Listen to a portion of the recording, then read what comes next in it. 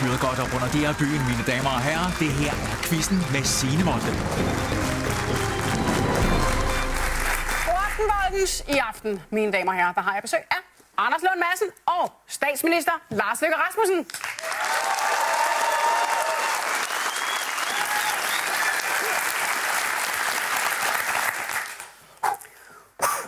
Ja. Velkommen til, drenge. Mange tak. Tak, pige. I ser godt ud begge to. Og det gør du også. Ja, det er glad for. Men det er jo, og jeg ved godt, det her er meget, men jeg synes allerede nu, det er urimeligt, at, fordi Lars, jeg kan jo ikke, og du er jo et syg mand. Ja, det er jeg. Du er et syg mand, og jeg vil ikke sige feber, men du har hostet hele vejen herind. Ja, du er forkølet. Ja. Og jeg føler lidt, det er som at stjæle fra et barn i øjeblikket. Du er jo ikke klar i hovedet. Ikke noget sympati er jo godt. Nej, jeg er sympati. Og jeg plejer at vinde. Jeg har vundet hver gang, jeg har været med en. Ja, du har været med en gang, ikke? Jo. Det var også. Det er faktisk rigtigt. Og hvem var det, der var modstanderen der? Det var finansministeren. Ja. Så det kan jo faktisk kun gå ned ad bakke for dig nu. Jamen altså, jeg taber sikkert til Anders. Jeg plejer at tabe til Anders, men til gengæld skylder han mig stadig en 20 eller sådan noget. Det er rigtigt. Og, Rigtigt. Ej, jeg kan lide det, banen allerede kridtet op. Nej, men det skal ikke handle om det. Jeg synes, vi er her for at være med og for at støtte dig i din helgenkåring. Nej, vi er her for et stort opgør. Okay. Venner. Yes. Er I klar? Jeg er klar. Yes, så er vi klar. Jeg varmer lige op med et par hurtige spørgsmål. Ja, så. Nu er det ikke kun Sverige, der skal trækkes med dem. I torsdags var der nemlig en helt bestemt race, der væltede ind over Danmarks grænser. Men hvilken? Lars? Det er elgene. Det er det! Yes. Ja! Imponerende. Du har fulgt med? Ja. Det er 5 elgkalve, der er sat ud i Østhimmerland, hvor de har tusindvis af kvadratmeter at boldre sig på. Og apropos kvadratmeter at boldre sig på, så fik de første flygtninge, der nu er indkvarteret i telte i Thisted, ikke bare masser af sne og frost, men også fint besøg af hvem? Anders? God gamle Inger Støjberg. Ja!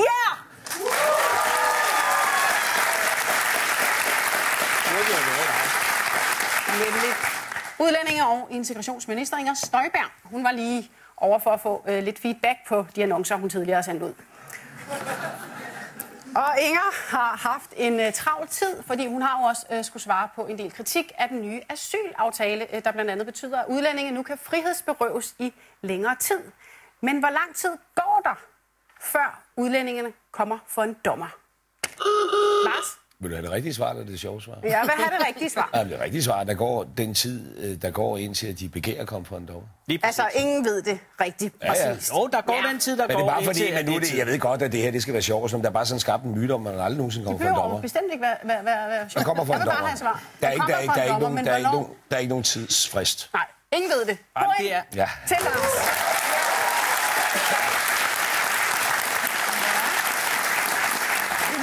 Det var første gang, der er blevet klappet af det svar, tænker jeg. Det er første gang, jeg får... Ja, her får man point for det.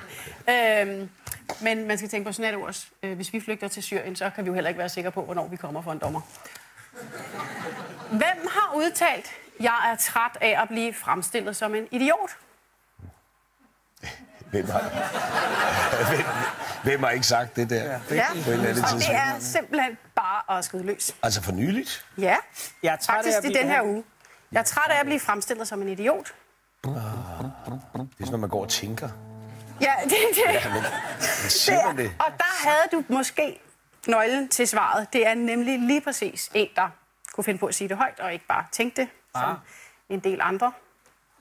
Jeg er træt af at blive fremstillet som en idiot. Er det, fordi I ikke tør gætte? Lidt. Hvem er det? Fordi jeg har fornemmelse af, at I sidder og tænker på nogen, og så tænker jeg, nej, han er ikke så dum, at han siger det højt. Når det er en han. Der fik vi lukket det. Er en han. Der fik vi lukket kønnet ud af det. Jeg er træt af. Altså, han har fat i noget, han bliver fremstillet lidt som en idiot. Og det er han træt af. Det er han meget træt af. Kom. Og han har sagt det højt. Jeg har simpelthen sagt det. Ja. Okay, jeg kan godt mærke, og det har ret meget med sport at gøre. Ja. Så blev du helt... Du slapper lidt mere af herovre, kan jeg se. Hvad siger du, Anders? Jamen, jeg springer med vores fornværende, desværre, landstræner. Nej, Anders. Han bliver ikke fremstillet som... Men derfor kan det godt være træt af det. Det var altså... Nej. Har han ikke? Nej, Jeg har da hørt... Okay. Bentner. Ja!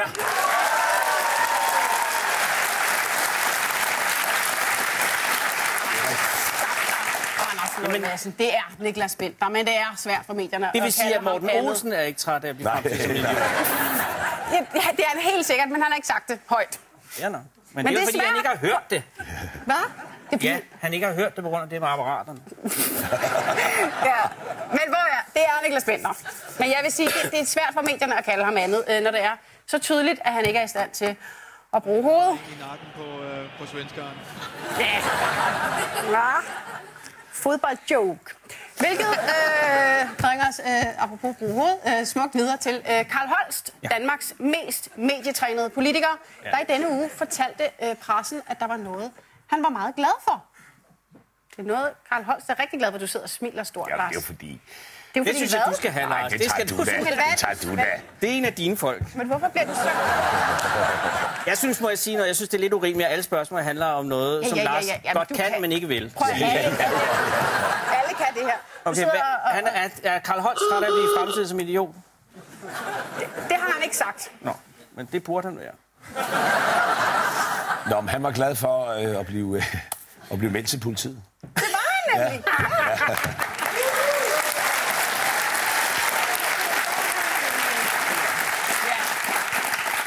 Kan man sige om Carl Holst, men han har med ja-hatten på. Stillingen, den er lige nu 4-1 til Lars. What?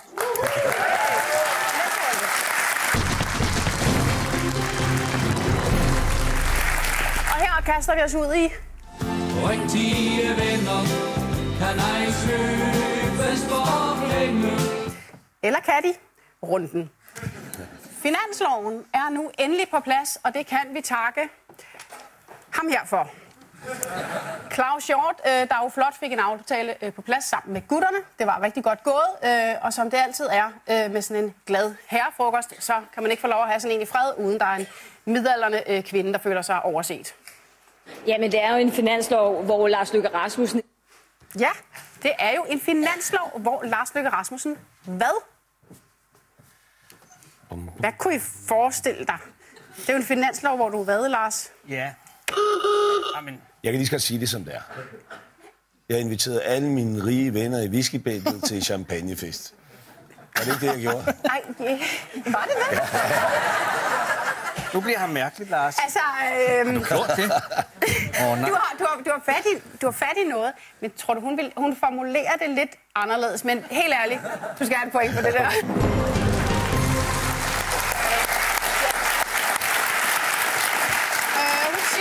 Hun siger det lidt kortere, Pia. Hun siger det sådan her. Hvor Lars Løkke Rasmussen inviterer til fest i whiskybælget. Ja. Pia, hun er heller ikke med, vel? Nej. Hun har muligvis også drukket en lille smule selv. Hun har i hvert fald ret svært ved at udtale ordet. I whiskybælget. Ja. Men du har ret i, det er også nemt at stå for hende og brokke sig. Altså, det er jo ikke hende, der sidder med verdens mindste regering og skal alle mulige tosser til at blive enige. Heldigvis, så var det ikke kun Pia, der var pigesur. Herrerne bag aftalen, de holdt humøret højt, og var der også forholdsvis glade, da de blev spurgt til festen i whiskybæltet. Det kan vi næsten ikke være i os selv af glæde over. Og er der noget smukkere end voksne mænd, der ikke er bange for at vise deres følelser? Selv Anders Samuelsen blev fanget i et ømt øjeblik. Jeg vil nu gå så langt som til at sige, at det nærmest er en... Ja, Anders Samuelsen vil gå så langt som til at sige, at det nærmest er hvad? Hvad er det? Nå ja. Det er nærmest en smuk finanslov. Ja! Det er en smuk finanslov. Man kan jo sin Anders Samuelsen. Det kan man nemlig. Og det er jo især fordi, at... Der er 3 B'er i det for os. Det er boliger, det er biler, og det er børnene. Ja, med den nye... Ja, der vil jeg nok lige have bygget op på et par. De 3 B'er, ikke? Og det er jo her, Liberal Alliance har fået bevist det, de hele tiden har sagt, nemlig at Liberal Alliance er Danmarks arbejderparti. For takket være dem, så kan alle danske arbejdere nu spare 400.000 for deres næste Porsche. De næste Porsche, altså jeg elsker det der med de ansvar, vi alle sammen har inde i forvejen. Og apropos de 3 B'er, så er der også andre, der har opdaget, at det virker sådan meget statsmandsagtigt, det der med at sige det samme ord, eller sige et ord 3 gange i træk, som starter med det samme bogstav. Jeg har stået foran den her dør og sagt, jeg ved ikke hvor mange gange. Ja, Hvad er det? Jeg tror lige have lov, inden han siger, han står jo ved siden af og øver sig. Nej, jeg gør det ikke. Men i nærheden. Nej, jeg sidder derhjemme i mit køkken og ser det der. Ja, Lars er der folk til det der. Han har ikke siddet der. Ja, så han har ikke været der. Han har bare set det i fjernsynet. Jeg har set det i fjernsynet. Og hvad gætter du? Hvad er det? Jeg gætter ikke noget, for jeg har set det i fjernsynet. Og hvad siger han? Nej. Grundskyld. Det er nemlig rigtigt.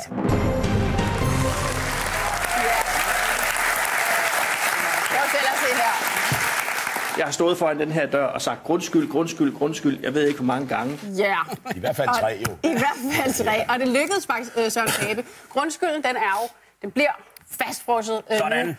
Noget, de jo også reagerede sådan her på. Ja, tillykke. Det er sødt, det der med, de konservative endelig har noget at fejre. Men sådan er det jo med finanslovsforhandlingerne. Der er både vinder, og der er tabere. I hvert fald, hvis man spørger Johanne Schmidt-Nielsen. Han står tilbage som sådan en eller anden form for afpillet kylling. Ja. Nu sidder du og ligner en, der skammer dig, Lars. Ja, du ved det da også. Nej, jeg kan da ikke sidde her og sige, at jeg ved det. Jo, nej. Hvem står tilbage som en afpillet kylling? Det er der ingen, der gør. Ja, men det ifølge Johanne. Og ifølge den yderste danske venstrefløj, der er det jo Christian Tusinddal. Hvorfor visker du? Ja, for han kan blive det er noget, fordi det er noget socialistisk propaganda. Er det, ja. Det du siger, det er, du svarer, ja, det er Tulle, der står tilbage som en af. Jeg svarer, at hun siger, at han... Ja, du får et point, Lars.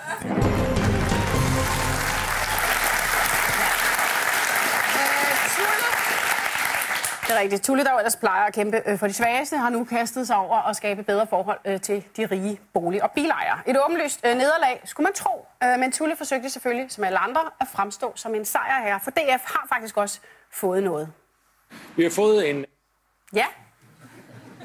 Hvad er det, Tulle forklarer sig med her? Han har faktisk fået en... Har du ikke været væk fulgt med, Anders? Men jeg har da også et arbejde at bestride. Ja. Eller har jeg. Jeg ved, hvad har Tulle fået? Tulle har fået... Lars ved. Jamen, han har fået rigtig mange ting. Ja, men hvad siger han? Han har blandt andet fået en værdighedsmilliard. En værdighedsmilliard? Og det kunne du også have fået, hvis du... Hvorfor har han fået en værdighedsmilliard? Fordi han kom til møderne, han følger med. Jamen, man kan da ikke bare få en værdighedsmilliard ved at møde op. Det er da fuldstændig tag-selv-butik efterhånden, de her finanslovsforhandlinger. Det er noget, hvis man så har solgt ud lidt nogle andre steder, så kan man have noget. Prøv jamen, hvorfor skal han have en... Vi har fået en værdighedsmilliard. En værdighedsmilliard? Hvad er en værdighedsmilliard? Det er præcis. Altså, da milliarden blev taget fra udviklingsbistanden, så hed den, det må jeg selv lægge råd med, en milliard. Og nu hedder det så en værdighedsmilliard. Jeg vil sige, fairness-vis, så skal vi sige, at de konservative, de har faktisk indrømmet, at de jo tidligere har været ude at sige, at de ikke vil være med til at skære i udviklingsbistanden, og derfor har Søren Pape faktisk også været ude og undskylde. Grundskyld. Ja. Næste runde.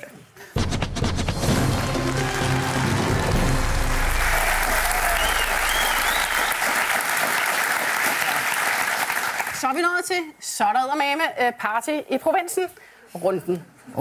Venstres landsmøde blev i sidste weekend afholdt i det centrale Herning. Et seriøst arrangement. Men jeg tror simpelthen, jeg går for den her. Men nu har vi en eller anden sag, hvor vi har en spørgerunde om mandens eget møde. Du får en fordel nu. Der har ikke været et spørgsmål om, hvad der foregår i mit liv.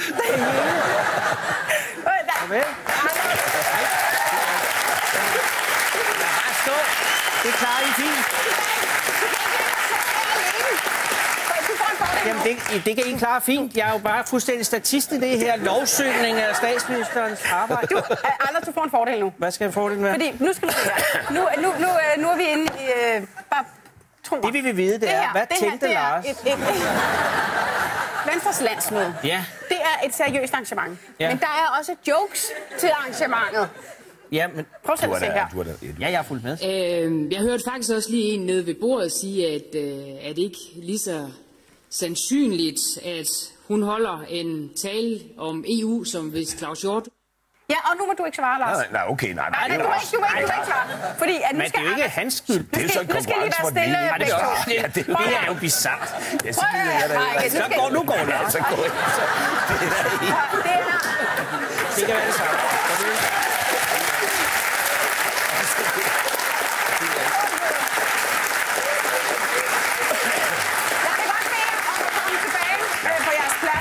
Hvad siger du? Det der, det gør man simpelthen ikke i min vis. Det kan jeg godt sige. Der er ikke noget med at udvandre. Nej. Jeg skal simpelthen holde, hvad jeg lovede, og det er at sidde her sammen med mig i en halv times tid. Jeg kan ikke lide, når du bruger den stemme. Anders, du får et forspring på 30 sekunder. Du holder din mund i 30 sekunder. Jamen, det kan jeg sagt. Okay? Spørgsmålet her, det er, Inger holder den her tale, og hun siger, at det, at hun holder en tale om EU, det svarer jo til, at hvis Claus Hjort gjorde hvad? Nu må du gætte helt alene i 30 sekunder, lige så meget du vil. Hvis Claus Hjort, det svarer til, at hvis Claus Hjort... altså, det er så sådan noget, hun tænker, det ville være usandsynligt, at han gjorde det. Hvad er usandsynligt, Claus Hjort? Jamen, det er jo igen et kæmpe gigant forspring. Jamen, du skal bare gætte. Det er ikke så svært. Tænk nu. Hvad Claus Hjort ikke forestiller sig... Der kommer billeder ind i mit hoved, jeg ikke har lyst til at få ud af munden. Jamen, sig det. Nej, jeg siger ikke det. Det er et pænt program. Claus Hjort Frederiksen kunne ikke forestille sig, nej, du var ikke til at sige det. Det er noget med en bog. Nej, det er forhåbentlig ikke med en bog. Hun siger, det vil være det samme. Det bliver da værre og værre. Det vil være det samme, som hvis Claus Hjort... Og så noget med en bestemt bog. Nej. Okay, jeg kan lige så godt sige det som det er. Hun driller ham med, at han er tyk. Det er rigtigt. Du var der. Jeg må ikke sige noget, jo. Der er efterhånden gået 30 sekunder. Jeg tror godt, Lars... Hun holder en tale svarer til, at Claus Hjort udgiver... En motionsbog. Okay, nu må jeg ikke begge to svare. En bog om slankeopskrift. Ja!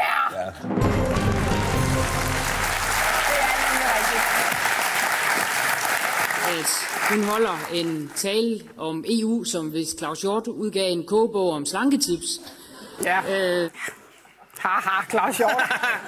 Der fik han den. Dolker I altid hinanden i ryggen på den der måde? Nej, vi har sådan en ironisk selvdistance. Ja. Man kan jo godt skrive en bog, det kunne være en fiktion, man kunne jo godt skrive. Ja. Men det er jo slet ikke det, det handler om. Her står hun jo bare jeg synes, Inger Støjberg gør det godt. Og det vil jeg godt sige, og det er vigtigt for mig at sige, for der har været en episode med Inger Støjberg, et program, jeg havde. Så jeg vil bare godt understrege, også for statsministeren, på det allerfint Danmarks Radio. Og jeg ved en tid, hvor vi er så tæt på medieforliget. Og det er rigtigt. Og det synes jeg måske, jeg skulle tænke på alle de her gange, og så måske bare lige ned. Det er da derfor, alle de her spørgsmål har været bias til min. Så skal jeg da love for det, og det synes jeg er rimeligt, herr statsminister. Ja, men Anders, sådan er det, når man arbejder i det der. Så må man ikke være for meget sjov med. Nej, og det synes jeg heller ikke, vi skal. Men Ingers tale her, det var jo ikke kun en sviner til Claus Hjort. Det var jo også skarp kritik af Dansk Folkepartis EU-kampagne, som Inger kalder for falsk og uhæderlig. Og det handler om, at DF siger, at et ja vil kaste beslutningerne om udlændingepolitikken i hænderne på EU. Ja. Regeringen svarer, at DF bare skal slappe af og stole på regeringen, for det kunne I aldrig finde på. Ingers harske ord om DF, det fik jo selvfølgelig ikke lov at stå uimodsagt.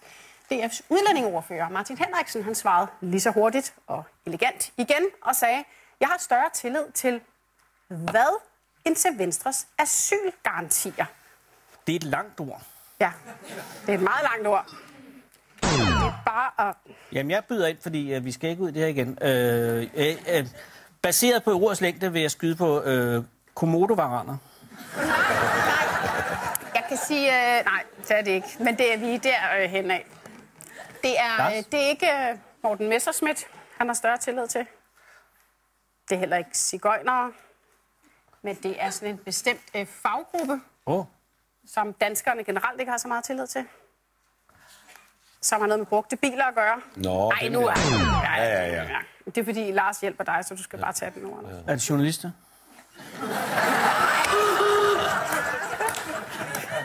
Nej. Hvad siger du, Lars? Ja, det kunne det egentlig godt have været. Det kunne det have været. I ligger under brugvognsforhandler, jo. Jeg vil nok have sagt brugvognsforhandler. Du skal tale lidt højere. Jeg vil nok have sagt brugvognsforhandler. Og det siger du, og det er rigtigt. Ja.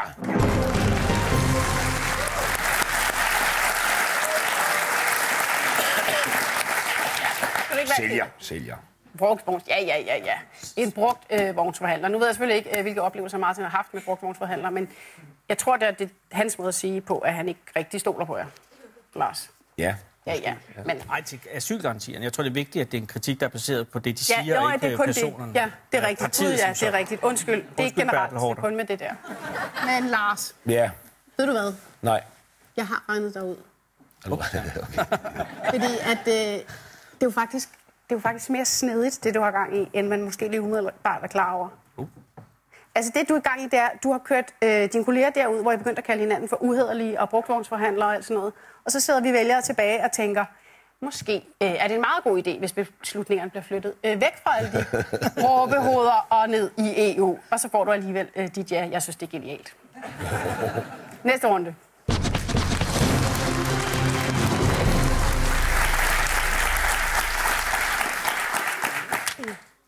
Og så er vi nået til, hvordan i alverden skal vi dog kunne se, hvad det forestiller, når I har zoomet så langt ind runden. Ja. Min yndlingsrunde. Det er den her runde, hvor vi har zoomet ind på en af de allerstørste historier fra ugen, der er gået, og I skal så fortælle mig, hvad er det her? Ja. Hvad er det, mon? Jeg springer med det hår, som ryger hen over Carl Holst, når han er lige ved at hisse op. Nej. Men det er et godt bud. Det er et sindssygt godt bud. Jeg hjælper jer lidt. Okay. Det er en kendis, der har været ude og benægte en historie, som der har blevet skrevet om i utrolig mange aviser. Og på de sociale medier. Ja. Det er Carl Holst. Jeg må fastholde... Det er ikke Carl Holst. Ja, det er noget, der vedrører alkohol og rusmidler og et folketingsmedlem, der ikke er Carl Holst. Og vi zoomer lidt ud. Det er en, du kender ret godt, Lars. Ja, selvfølgelig. Det kan jo ikke overraske. Nej, men der er nogen, man kender. Du kender meget godt. Men du skal ikke være så bekymret, som du ser ud. Du sidder og tænker, nej, hvad har de nu rodet sig ud i? Jeg tænker, altså, det er jo kun frisyren, der... Altså, jeg kender ikke noget til det der med alkohol og det der. Hvad er det, du gætter på? Det ligner en lille lækker detalje af Søren Pinds hår. Gør det ikke det? Nej. Så var det sådan noget gråspring, der koster mange penge at få lavet. Ja, det er en kvinde. Man tror, det er løgn. Men det er en kvinde, der har rodet sig ud i noget værd. Altså, og du siger, det er en politiker? Ja. Nå. Og som har benægtet noget. Men hvem, Lars, der må du rimelig hurtigt... Hvem har sådan en platinblondering? Okay, nu hjælper jeg dig. Plus, at jeg ved, at du kan slappe af, efter jeg har sagt det her. Ja, nej. Det er ikke en af dine ministre. Det er ikke en af mine ministre. Jamen, så er der ikke flere i Venstre i hvert fald. Nej, chef. Okay. Det er måske ikke engang en venstremand. Nej, det er en kvinde. Aha. Ja. En socialdemokratisk kvinde. Som har været utroligt tæt på at få en masse jobs. Jamen er det ikke, fordi det er jo Hellepil. Ja.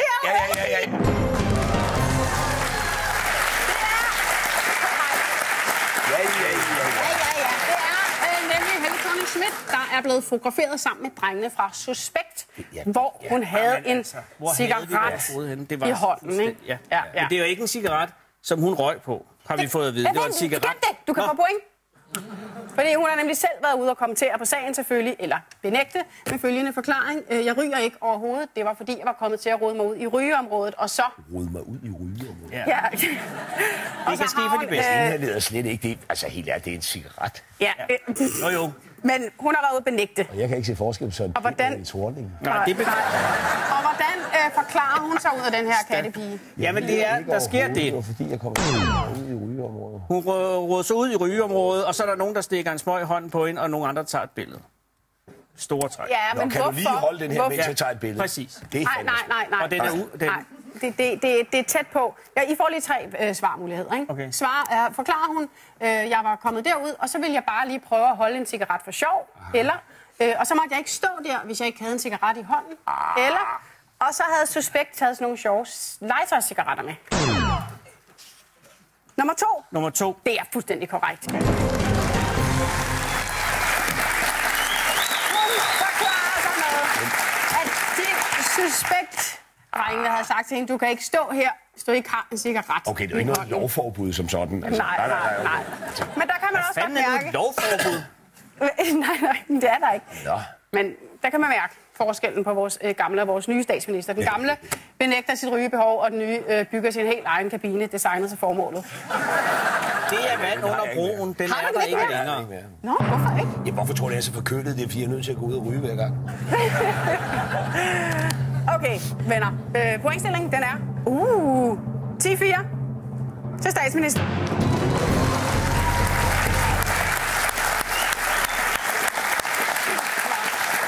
Kommer de store point, jo? Ja, nu kommer nu. Anders, hvis du opper dig, så kan du nå at vinde vores pokal, som jo blev vundet af din gode ven, Bertel Haarder, i sidste uge. Den har stået inde på hans kontor. Hvis man kigger rigtig godt efter, så kan man se, at han har den faktisk stående der i vinduet og bladret sig med den. I finalen, der får I 2 point, hvis I svarer rigtigt. Den anden får 1 point, hvis man svarer forkert. Okay? Hvor mange spørgsmålsrunder er der i finalen? Ja, det er så mange, vil vi nå. Anders kan godt nå at slå dig. Bare rolig. Her kommer finalen.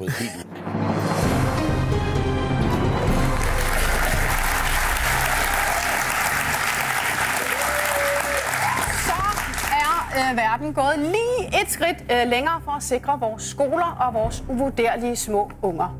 Men er det en 9-årig dreng i det eksotiske Sverige, der blev sendt hjem fra skole, fordi han på sin fødselsdag havde uddelt slik, der ikke overholdt skolens retningslinjer om økologisk mad? Eller er det i England, hvor en skole har forbudt en handicappet pige i børnehaveklassen at tage sin blindestok med i skole, da det kunne ramme andre? Dræberslik eller dræberstok? Det er bare at gætte løs. Anders. Jeg springer med, altså baseret på publikumsreaktioner, så springer jeg med dræberstokken. Dræberstokken? Ja. Det er godt. Den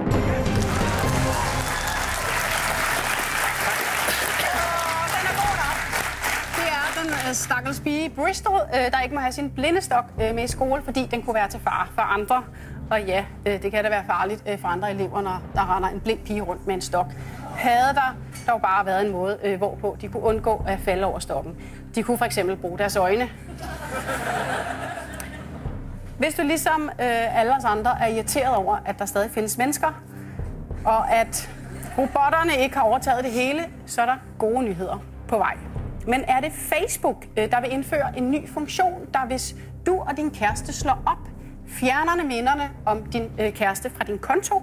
Eller er det Silkeborg sygehus, hvor flere af lægernes daglige runder nu erstattes af iPads, som patienterne kan indtaste spørgsmål på, der så besvares løbende? Facebook eller Silkeborg sygehus? Du ser helt bekymret ud.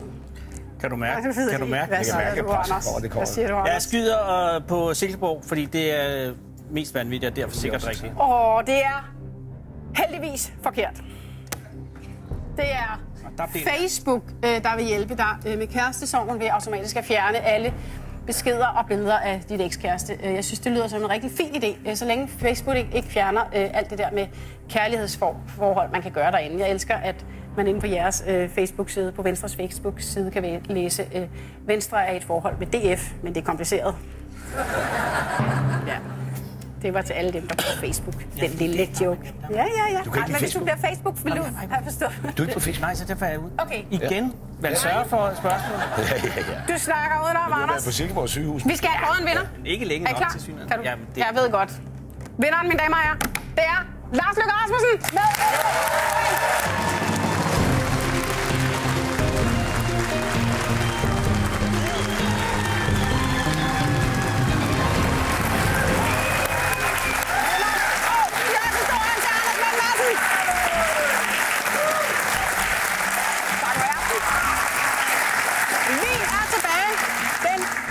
med december med vores store Året, der gik show. Pas godt på jer selv så længe. Hej, hej.